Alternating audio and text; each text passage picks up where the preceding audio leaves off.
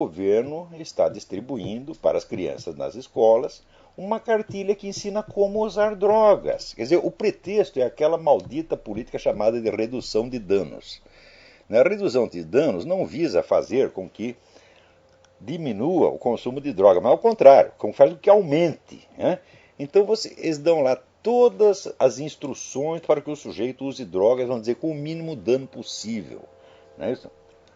Então, ensinando de fato as crianças a se tornarem drogadas. É claro que o efeito desta política no Brasil é o seguinte: o Brasil é o único país da América Latina onde o consumo de drogas está aumentando.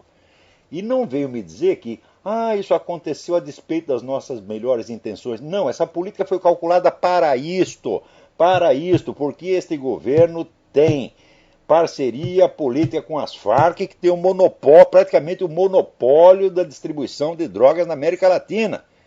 Isso aí, meu filho, é troca de favores.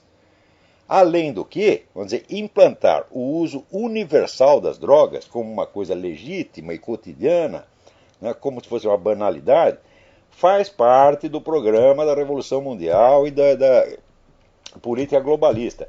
Eles têm mesmo esse objetivo. Então, não adianta disfarçar, não adianta. Quando acontecem essas coisas, a pessoa diz: nós tínhamos tão boas intenções, deu tudo errado. Olha aqui, eu acabo de ler um livro que se chama Os Monstros da Razão, I Mostri della Ragione, de um jornalista italiano chamado Rino Camilleri. E ele teve a pachorra de ler a propaganda revolucionária do século XVIII, que todo mundo conhece um pouco a ideologia revolucionária através de obras mais famosas, como as de Diderot, Voltaire, Rousseau, etc. Mas ele foi pegar os folhetos, os panfletos de propaganda. Ele leu milhares daquelas coisas.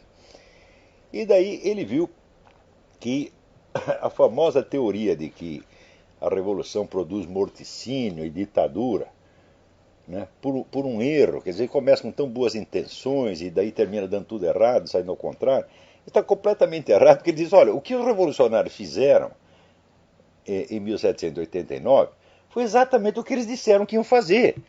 Quer dizer, eles prometeram realmente matar todo mundo, tá certo?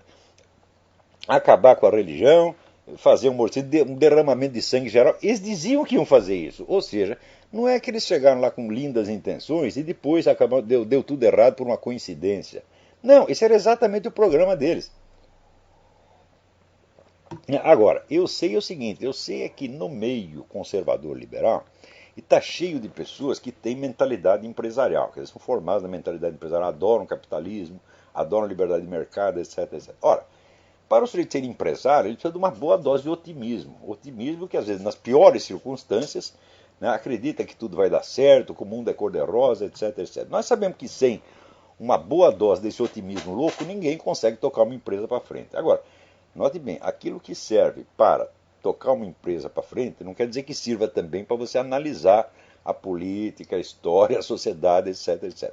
Então, com os mesmos olhos, as mesmas lentes cor-de-rosas com que eles veem as maravilhosas perspectivas da sua empresa, embora ela esteja à beira da falência, e às vezes ela sai da falência justamente por causa disso, com esses mesmos olhos, eles examinam o movimento revolucionário mundial e eles é que criam essa história de que não, houve o genocídio na Rússia, mas eles tinham boas intenções, eram reformadores sociais, queriam, né, a igualdade e a justiça para todos, etc, etc.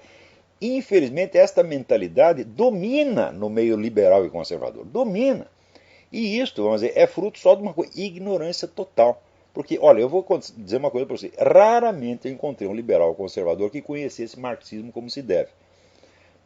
Eu, no começo da minha porca vida, eu consagrei 8 anos ao estudo do marxismo. Eu fiquei 8 anos lendo Karl Marx, Engels, Lenin, Stalin, Mao Tse Tung, as obras da Academia de Ciências, publicadas pela Academia de Ciências de Moscou, Georg Lukács, a Escola de Frankfurt, toda essa gente durante 8 anos. Então eu sei o que é marxismo, essa turma não sabe, eles sabem de orelhada. Por exemplo, aquele pessoal todo que ia falar lá no Fórum da Liberdade, no Rio Grande do Sul, se fizer uns testes de marxismo ali, eles não passam na primeira. Perguntar aqui, olha, o que diferencia, por exemplo, vamos dizer, o pensamento de Georg Lukács do restante da Escola de Frankfurt? Eles não sabem. Então, qual é a diferença diferentes relações, por exemplo, entre o pensamento de Antônio Negri e o de Antônio Gramsci. É? Eles também não sabem. Então não sabem nada.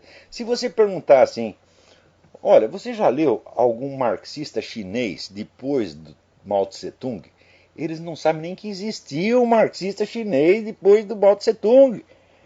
E eu digo para vocês que na China, o pensamento marxista, a teorização marxista, é muito ativa, não para. Então, o pessoal liberal, então, é o contrário do Sun Tzu. O Sun Tzu dizia, conheça o seu inimigo. Né? Então, o pessoal liberal vai fazer, não, desconheça o seu inimigo, tape os olhos, não veja o mal, não ouça o mal e não fala o mal. Certo? Então, eles mesmo pintam essa imagem rósea dos comunistas, revolucionários em geral, como se fossem pessoas repletas de boas intenções e que depois acabaram fazendo mal porque alguma coisa deu errado no caminho. E isso é 100% errado, 100% errado. Eu estou escrevendo uns artigos agora, uma série de artigos que vai explicar exatamente isso aí.